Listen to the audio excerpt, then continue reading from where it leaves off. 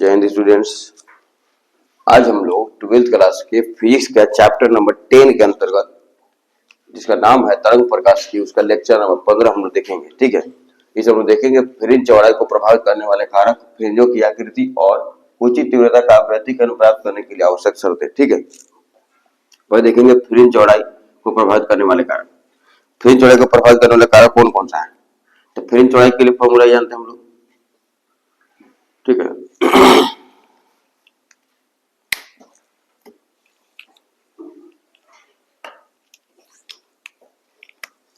अच्छा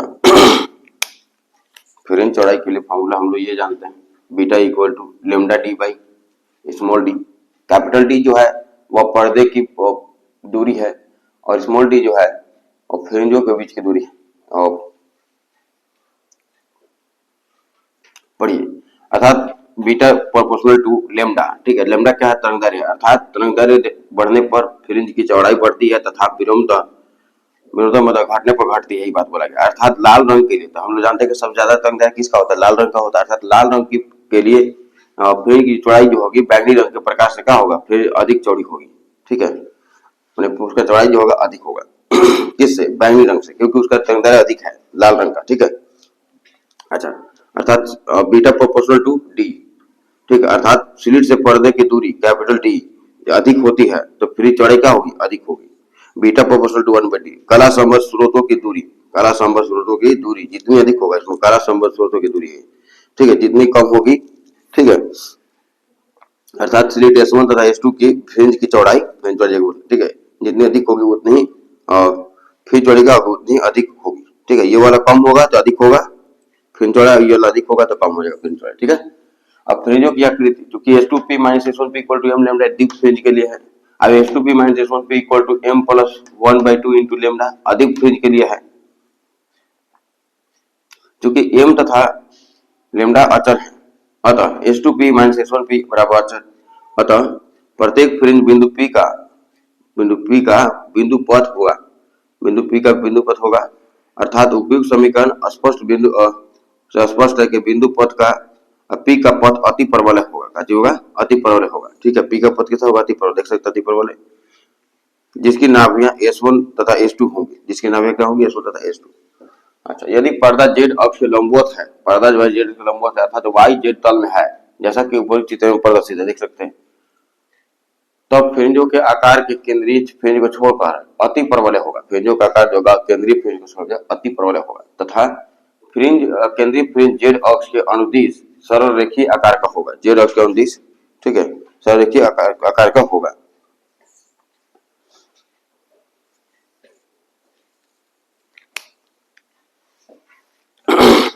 आप इसको X डाल दीजिएगा, ये वाला Y डाल दीजिएगा, Z डाल दीजिएगा। आगे उचित तीव्रता का व्यतिकरण बनाए रखने की शर्त है। क्या शर्त है? उचित तीव्रता का व्यतिकरण बनाए रखने के लिए व्यतिकरण प्रतिरूप बनाए रखा जा सकता है यदि संपोषी अर्थात दीप्त बैंड और विनाशी अर्थात अदीप्त बैंड व्यतिकरण पर्दे पर स्थिर हो। यह संभव है कि यदि एक स्थिर बिंदु पर कालांतर समय के साथ परिवर्तित न हो, समय के साथ परिवर्तित नहीं होगा तो यह संभव होगा।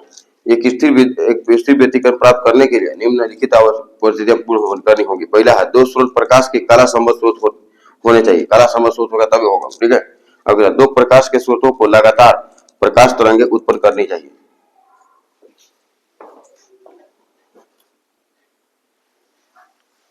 देखिए, नंबर 3 है, प्रकाश के दोनों कला संबद्ध स्रोत लगातार प्रकाश देने चाहिए। तीसरा शर्त, चौथा शर्त क्या है? प्रकाश के दो कला संबद्ध स्रोतों के द्वारा उत्सर्जित तरंगों के आयाम दीप्त और अदीप्त फ्रिंजों में पूर्ण स्पष्टता प्राप्त करने के लिए बराबर होना चाहिए। आयाम जो है दीप्त और अदीप्त फ्रिंजों में बराबर होना चाहिए। ठीक है, प्रकाश के दोनों कला संबद्ध स्रोत बहुत संकरे होने चाहिए। ठीक है, प्रकाश के कला संबद्ध स्रोतों से पर्दे की दूरी कम नहीं होनी चाहिए। ठीक है, तो प्रकाश के कला संबद्ध स्रोतों दूरी जो है समान रहनी चाहिए, ज्यादा कम नहीं होना चाहिए, ज्यादा होना चाहिए। कहने का मतलब प्रकाश एक वर्णी होना चाहिए। सातवां शब्द था। ठीक है, नोट में देखें कुछ बातें। समांतर व्यतिकरण पैटर्न में केंद्रीय उच्चिष्ट संदर्भ माना जाता है तथा केंद्रीय उच्चिष्ट की स्थिति को शून्य माना जाता है। केंद्रीय उच्चिष्ट की स्थिति को माना जाता है, शून्य माना जाता है। ठीक है, आगे, द्विस्लिट प्रयोग में अगर दो स्लिटों के मध्य की दूरी, मध्य का अंतर d है, अनुमानित फ्रिंज बीटा का आधा है। ठीक है, फ्रिंज चौड़ाई बीटा का आधा है, तब पर्दे पर सामान्यतः सामान्य दीप्ति हो सकती है, पर्दा पर सामान्य दीप्ति हो सकता है, ठीक है। अच्छा, यही दोनों स्लिट दो अलग अलग मूल रंगों से माना लाल तथा नीले रंग से प्रकाशित की जाए तब वह दोनों कला संबद्ध स्रोतों के रूप में कार्य नहीं करेंगे, क्योंकि अलग अलग रंग से होगा, ठीक है, तो वो कला संबद्ध स्रोतों में काम नहीं करेंगे, ठीक है। अच्छा, यह पर्दे पर केवल व्यतिक्रम पैटर्न के रूप में परिणत हो जाएंगे, ठीक है, परिणत हो जाएंगे।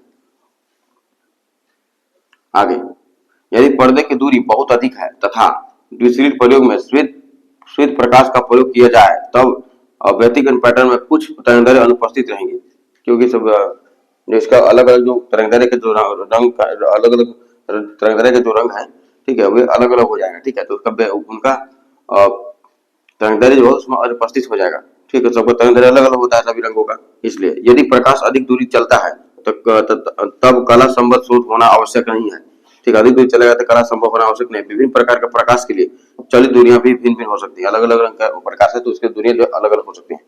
यदि द्विस्लिट से आने वाले प्रकाश के पथ में किसी एक स्लिट से आने वाले प्रकाश के पथ में टी मोटाई की एक पारदर्शी शीट रख दी जाए, टी मोटाई के पारदर्शी शीट रख देंगे हम लोग, तो पर्दे पर बनी फ्रिंज शीट की ओर स्थानांतरित हो जाती है, ठीक है, पर्दा पर बना हुआ फ्रिंज जो है वह शीट की ओर स्थानांतरित हो जाएगा। तब सीट नंबर 1 है, सीट के कारण अतिरिक्त पथांतर क्या होगा, n-1 × t, ठीक है, और केंद्रीय फ्रिंज द्वारा स्थानांतरित दूरी del x = n-1 × td/λ। सी क्या सी नंबर है कि फ्रिंजों की संख्या जिनमें हस्तांतरण होता है, जिसमें हम लोग क्या करेंगे, डी इसमें छोड़ देंगे हम लोग, n-1 × t/λ।